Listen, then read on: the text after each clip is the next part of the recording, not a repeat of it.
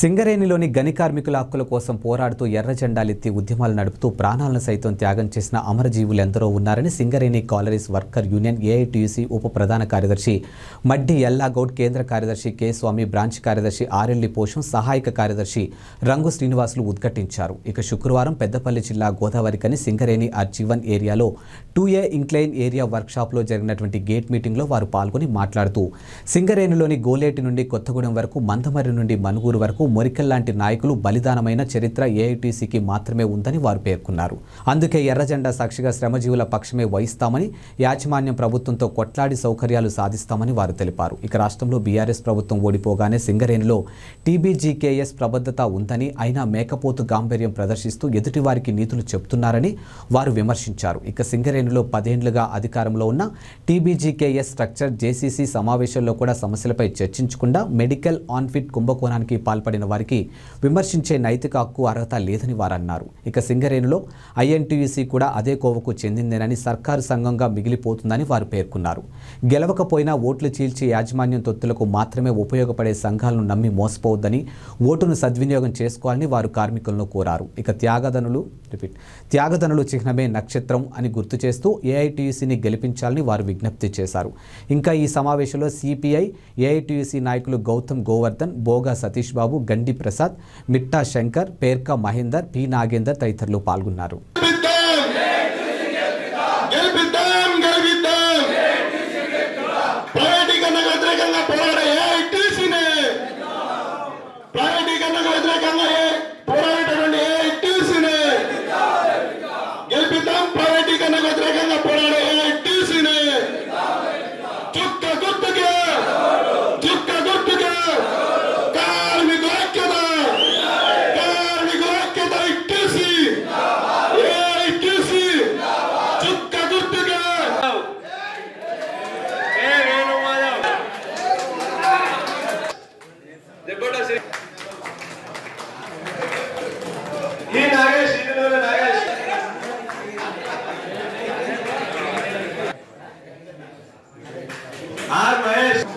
రాజయ్య కావల్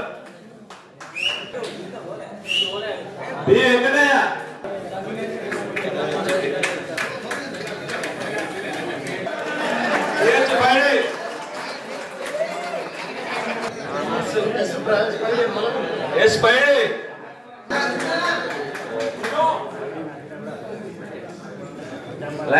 నక్సలైట్ ప్రభావం ఉన్నది అని ఒకసారి, లేదా అసెంబ్లీ ఎన్నికలు ఉన్నాయి కాబట్టి అని ఒకసారి, అంతకుముందు మరోసారి రకరకాలుగా చెప్పారు.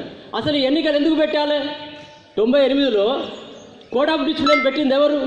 ఏ యూనియన్ కోరలేదు. చంద్రబాబు నాయుడు పెట్టాడు. 40 వృత్తి సంఘాలు ఉన్నాయి, అన్ని సంఘాలు పెరిగిపోయినాయి. సింగరేణిలో క్రమశిక్షణ లేదని ఆయన పెడితే ఆనాటి జరుగుతూ వస్తున్నది. అందుకని ఇప్పుడు మీకు మనవి చేసేది ఏమిటంటే, దయచేసి ఈ ఎన్నికలు ఏఐటీసీ న్యాయ పోరాటం వల్ల జరుగుతున్నాయి కాబట్టి కార్మికులను ఓటు అడిగే నైతిక హక్కు ఏఐటీసీలో మాత్రమే ఉన్నదని చెప్పి మీ అందరికీ నేను మనవి చేయదలుచుకున్నాను. ఇకపోతే కామ్రేడ్స్, అధికార రాజకీయాలు కొనసాగుతున్నాయి. అధికారం ఉంటేనే దానికి అనుబంధంగా ఉన్నటువంటి యూనియన్లు సింగరేణిలో కూడా మేము రాజ్యం వెళ్తామని చెప్పి భావిస్తూ ఉన్నారు. మనం 10 ఏళ్లలో చూసినాం. టీఆర్ఎస్ గవర్నమెంట్ ఉంటే ఇక్కడ టీబీజీ కేసు, లేదా కాంగ్రెస్ గవర్నమెంట్ ఉంటే ఐఎన్టీసీ, లేదా టీడీపీ గవర్నమెంట్ ఉంటే టీఎన్టీసీ. ఇవన్నీ వెళ్ళిపోయినాయి. ఇవి గవర్నమెంట్ ఉంటేనే నడిచే సంఘాలు. దయచేసి గమనించండి. అధికారం వేరు, రాజకీయం వేరు, కార్మిక సంఘం వేరు. రాజకీయ రంగం వేరు, కార్మిక సంఘం వేరు. ఇది మనం గమనించవలసిన అవసరం ఉన్నది. చెప్పేటటువంటి ప్రసంగాలు, ఉపన్యాసాలు వినాలి.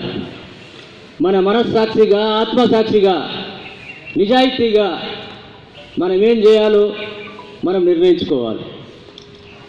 మహానుభావుడు డాక్టర్ బిఆర్ అంబేద్కర్ ఇచ్చినటువంటి ఆయుధం, వజ్రాయుధం ఓటు. ఆయన ఏమన్నాడు? ఓటు అనే ఆయుధాన్ని మీకు అప్పగించాను.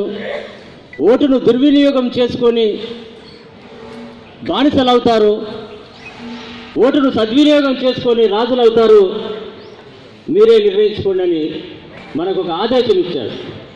కాబట్టి ఓటును సద్వినియోగం చేసుకుందాం. తాత్కాలిక ప్రయోజనాలకు, ప్రలోభాలకు లొంగకుండా బాగా ఆలోచించి నిర్ణయం తీసుకుందాం. ఈ ఓటు అనేది మన భవిష్యత్తును నిర్ణయించేది.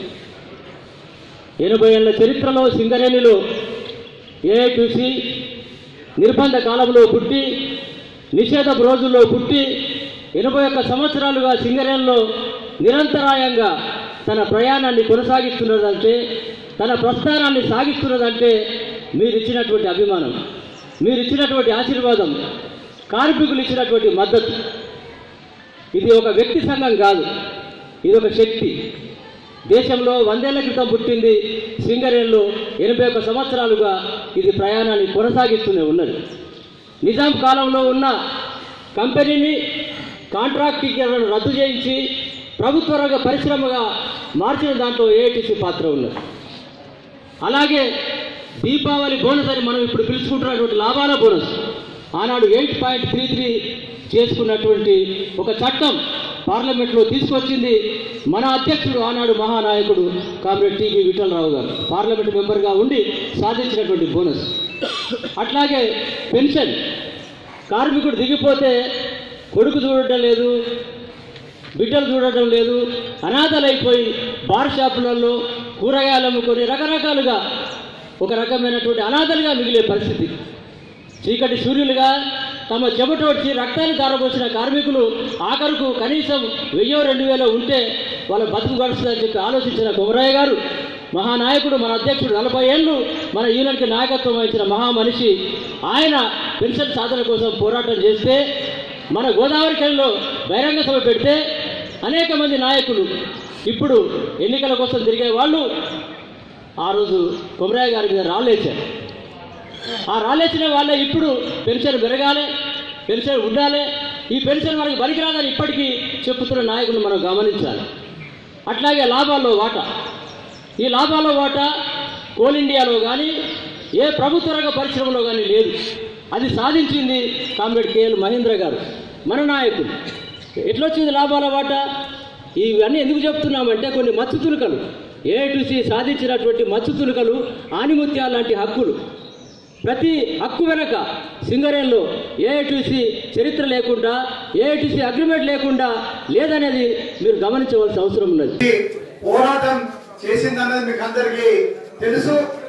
ఈ రోజున సింగరేణిలో మా కార్మికులకు నష్టం జరుగుతుంది, మా కార్మికులకు ఇబ్బంది జరుగుతుంది. ఈ సమస్య మనం 3 సార్లు కోర్టుకు పోయి ఇలా ఎన్నికలు తెచ్చుకుంటే ఈ ఎన్నికలకు అడ్డంపడ్డ సంఘాలు ఈ రోజున మళ్ళీ కార్మికుల ముందుకు వచ్చి ముసలి కన్నీరు కారుతుంది. ఎందుకు ఆ రోజు ఎందుకు వద్దని సింగరేణి భవన్ పోయి కంపెనీకి స్థలాంతరమైన సంఘాలు ఇలా ఓట్లు అడిగే హక్కు ఉందని మేము అడుగుతున్నాం. ఈ కార్మికుల కోసం ఆలోచించిన వాళ్ళు, ఈ కార్మికుల కోసం పోరాటం చేయని వాళ్ళు ఈ రోజు ఓట్లు అడిగే హక్కు, బావి మీదకి వచ్చే హక్కు ఉందని మేము అడుగుతున్నాం. ఎందుకంటే సింగరేణి కార్మికులు ఇబ్బంది పడుతున్నారు, వాటర్లు లేక, నీళ్లు మంచినీళ్లు కూడా ఈ రోజున మన గోదావరిలో సప్లై చేయలేని ఈ యజమాన్యానికి ఎదిరించలేక సరెండర్ అయి తొత్తు సంఘాలుగా మారి గుర్తింపు సంఘాన్ని ఇలా నిద్రపోతుంటే రాజకీయ నాయకులు వచ్చి కార్మికులు కష్టపడి రక్తాలు తాగవలసిన సొమ్మునంతా రాష్ట్ర ప్రభుత్వం తీసుకుపోతుంటే ఒక్క యూనియన్ కూడా మాట్లాడలేని పరిస్థితిలో ఏఐటీసీ ముందుకు వచ్చి ఇలా కార్మికులకు నష్టం జరుగుతుంది, నా కార్మికులకు నష్టం జరుగుతుంటే ఇలా గెలిచిన సంఘం నోరు మూసుకొని మొద్దు నిధులలో పండుకుంటే ఏఐటీసీ పోరాటం చేసి కోర్టుకు పోయి మన హక్కులను కాలరాస్తున్న ప్రభుత్వాన్ని, యజమాన్యాన్ని ఎదిరించాలి అని చెప్పి కోర్టుకు పోతే ఇలా కొన్ని సంఘాలు మీకు తెలుసు, కొన్ని సంఘాలు ఎందుకు వేరే సింగరేణి భవనానికి ఎందుకు వేరు డైరెక్టర్ పా దగ్గర కూర్చుంటారు.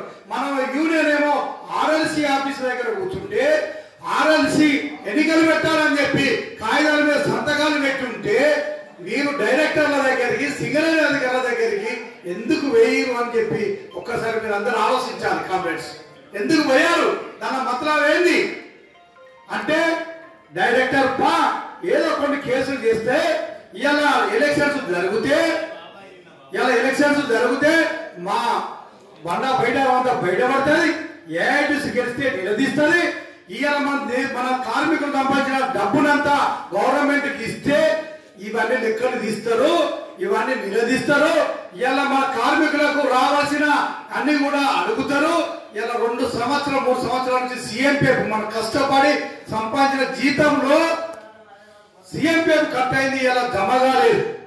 ఎందుకు జమ కాలేదు? ఈ రోజు అడుగుతాం, రేపు బిడ్డ మా కార్మికుల చెమట చుక్కాది కష్టార్జితం ఇలా మా సీఎంపీఎఫ్ పైసలు జమ కావా? ఇలా రాత్రి బాగా కష్టపడితే నీకు గజ్వేల్లో మా పాత బజార్ పాత నగర్లో సిరిసిల్ల గజ్వేల్లో ఇలా మన పైసలన్నీ ఖర్చు పెడతారా? ఇలా కార్మికులను ఉందామంటే కోటలు కూడా కరెక్ట్ గా సున్నవేయలేని పరిస్థితి, కార్మికులకి రోడ్డు వేయలేని పరిస్థితి. ఇలా 2A మోడీ కావాలని చెప్పి ఇలా మనం ఎన్నిసార్లు జీఎంకు పెట్టినా డైరెక్టర్లకు పెట్టినా ఒక్క రోజు కూడా స్పందించలేదు. ఇలా వర్షం వస్తే అనగా రాలేని పరిస్థితి. ఇన్ని వేల కోట్ల డబ్బు గవర్నమెంట్కి ఇస్తున్నావు కదా, ఇలాగ మోడీ కట్టలేని పరిస్థితి, కార్మికుని కోటలకు సున్నవేయలేని పరిస్థితి.